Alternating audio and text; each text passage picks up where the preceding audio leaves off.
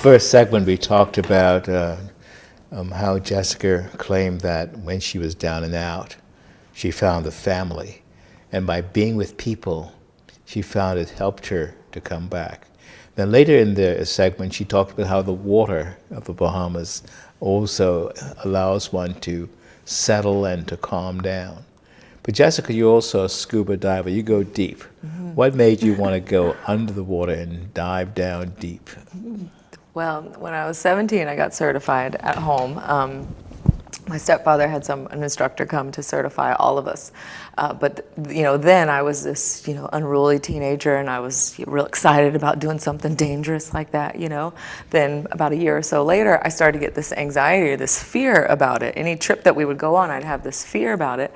So once I, started, I come to places like here to dive. The water was so beautiful, and it was so peaceful being under there, and kind of facing those fears, of going a bit deeper, seeing the wall the very first time, the tongue of the Atlantic Ocean, that goes from... What's the wall like? It goes from 40 feet to almost 7,000 feet, 6,500 feet. So looking over that... How far down have you been? Ooh, a little too deep, but really? about 185 is my deepest down, yes. And what's down there? Do you see a lot of fish or...? Fish and coral, but the deeper you go, the more light you lose, so the more color you lose, but it can be very exhilarating, and then it can be very just peaceful, and you're hearing nothing but your bubbles as you exhale, and seeing the different aquatic life and things. Or the first time you see a shark, or I saw a whale over the wall. That was awesome. A whale? Mm-hmm. What was it like to see a whale? I was on cloud 9 for about a week after I describe what you saw. I was finishing up a certification for this couple, and I'm swimming backwards coming up the wall because I took them down the wall just a little bit. It was their last checkout dive. And they said, look behind you, look behind you. They were signaling to me. And I knew that there was a shipwreck up on top of the wall, so I said, oh, that's probably the wreck that they see. Well, I turn around, and this big pilot whale is coming up over the wreck and then just goes past us and just disappears down the wall. And it was one of the most majestic things I'd ever seen. Diving still is the best thing I've ever seen. Huge, yes. Big. Yeah, huge. Did he see you? I don't know.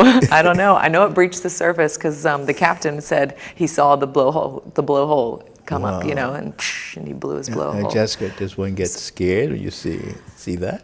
It can be a little, like, what? Wow, you feel like you're this big next to something that big, but knowing that they're gentle creatures, and they're docile, it's like seeing the big stingrays, knowing that they're not going to come out and get us, but and then you graduate to sharks. What about sharks? What about, there's a lot of sharks down there. Oh yeah, that's pretty exciting. How do you feel about the sharks? Well, it took me a few years to actually do some feeding of the sharks, because I was very leery about it, but I loved diving with them, and just watching their behavior and how do they behave? They're just as afraid of us as we are of them, most of them. Some of them are a little more curious and can be aggressive, but like our reef sharks that we have here are pretty docile for the most part for a shark, Yeah. Mm-hmm. But a lady got her arm bitten off. What kind of... that was strange. We're close to Afo Island because I dived around there. Yeah. But how did you get over your fear of sharks? Well, I had to conquer my fear of scuba diving first. Okay. So even just seeing that wall for the first time, being an open water diver, just here on vacation, I hadn't planned on coming and, being a scuba instructor or something. But seeing that was a bit terrifying at first, kind of literally takes your breath away, and you think, okay, do you go back to the boat? Do you stay? And then that next dive was the shark dive. So here I am sitting around this arena with a bunch of sharks swimming around me, and just had to do it and experience it. And when I came out and I saw that I wasn't eaten alive, then I was happy. But and it just made me want to go see more sharks. I'd seen a couple while I was in Florida, but they were in the distance, But the water's a lot murkier there, and it's kind of eerie. But it doesn't make you invincible to them, or you still got to be aware of them and still have have your wits about you. So, you can't just take them for granted, because they are big fish with teeth. But Wow. yeah. And you got to the point where you actually can go down and dive around them. Mm-hmm. Wow. Yeah. Once you see that, they're curious and they're checking you out, and they're swimming around, and they're looking at you, and they're kind of afraid too. They have this, some of them have this little fear about them, and other ones are like, you're just somebody else in the water. Now, we hear a lot about the great whites in South Africa and Australia.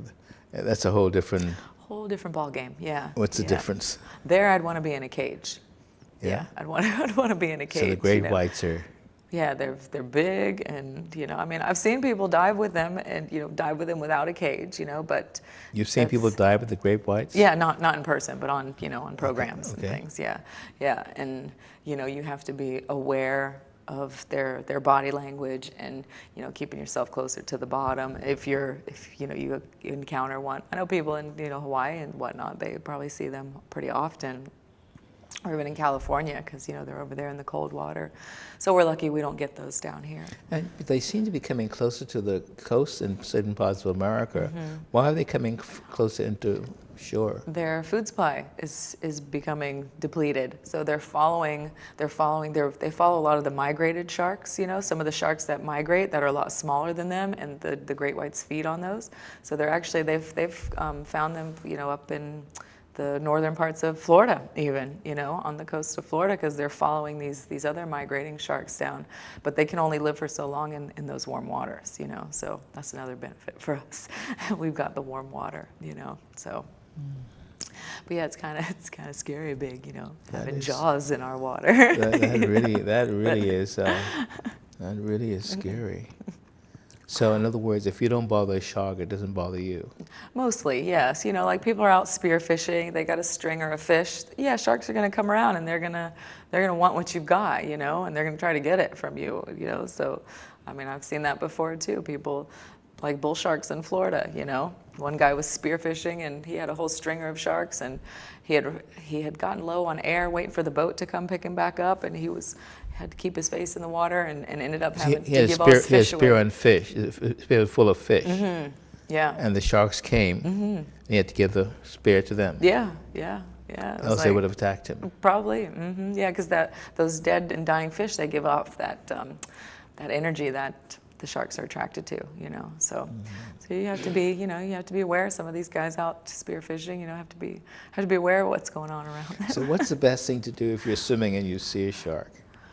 Well, it depends on who you are. If you're somebody like me, you're gonna, stay down and check it out. Other people, they want to get out of the water and stay still.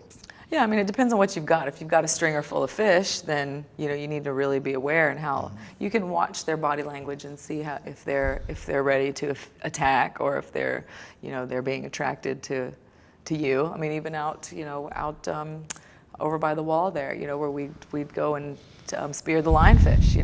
You'd spear the lionfish, and you'd see some of the reef sharks coming around. And you just had to be aware of them. But some of them you have to end up giving your fish away too as well. Wow. So if you see a shark, you said you just lie down? Yeah, it depends on the shark. Okay. If it's like tiger sharks, they're going to come close to you, and you can use something to kind of push them away. You can push them in their gills, to push them away, because they are very curious. Reef sharks more are just going to swim around you. They're not going to come and try to get real close to you, unless you have bait on you or something. Because the general feeling in Bahamas, if you see a shark, right, you get out of the water. Yeah, the water. Yeah. That's still wise, isn't it? Yeah.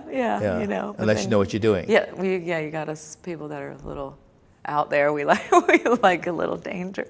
Well, there was this clip of the great hammerhead. I think it was at Montague or somewhere. This was maybe last year, and people were out of the water, and then I got a message from a friend of mine who was on the Aquacat, and they were parked in the harbor there, and they said that one of the great hammerheads came by, and he jumped in, him and a few different people, they were instructors on the Aquacat, jumped in and, went snorkeled with this this great hammerhead, you know. I'm like, yeah, I was jealous. They really you know? wanted to see the hammerhead. Yeah. They jumped in and Right. snorkeled around Yeah. it. So the hammerhead wouldn't bother you if you just snorkel around it? Well, they can be curious and they can be aggressive as well. But like I said, when you're aware of something and you have your face in and you're looking at what they're doing, you know. And you know, people jump on the back of them. They grab their dorsal fins, you know. There's a lot of wild people out there, you know. Yeah, it's amazing because the minute you say shark, a lot of Bahamians retreat. Right. And Jessica, what was it like for you to conquer your fear of, say, going deep in the water and particularly dealing with sharks? It was exhilarating. It was a confidence builder too, you know. And when I've taught other people that have had this fear of just diving or just breathing underwater, I've been able to work with them and talk them into how to stay calm and how to breathe and how to relax. Because I've been there. I've felt what it's felt like to feel panicky and not be able to be comfortable underwater, and then, you know, and then be comfortable with sharks. So you're saying if somebody has a fear of the water, the best thing is to conquer the fear is to get in the water. Yeah, I mean, you know, the only way you're going to see that it's not going to destroy you is by trying something, you know. And as fearful as I am of things, I do like to try to push myself to face those fears, you know. And I mean, it's helped me, you know. It has helped me over the years. But now, do you think that same ability helped you when your life, you said, went through a tough spot? That ability of diving and with being used to being with sharks and what have you, did that ability help you to face your life too, to say, look, I'm going to push through rather than give up? yes, because, you know, knowing that, okay, well, I can do this, and I've done this, and I've done this, and I've done this, and I kind of like went, okay, you know, you can do this as well. Even though, you know, there were times when I was, you know, ready to just, you know, it was tough, you know, things were tough, and you feel like you just got to give up. But yeah, then you know, reality would kick in, and I remind myself that. What does it been really through some feel things. like when everything seems, I can't come back? Yeah, you just want to dig your own grave and bury yourself in it and not come out of there, you know. That's what it feels like, 'cause you feel like every day you got this cloud over you, you know. Yeah.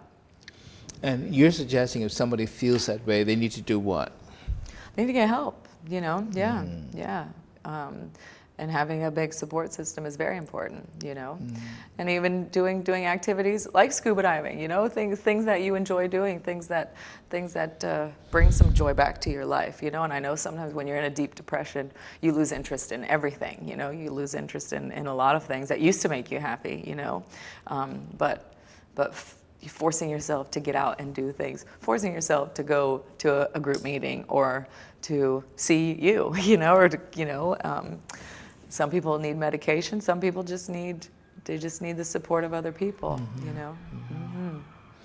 And Jessica, how does the support of other people work? Is it that they take the pain away, or they just give you a way to express yourself?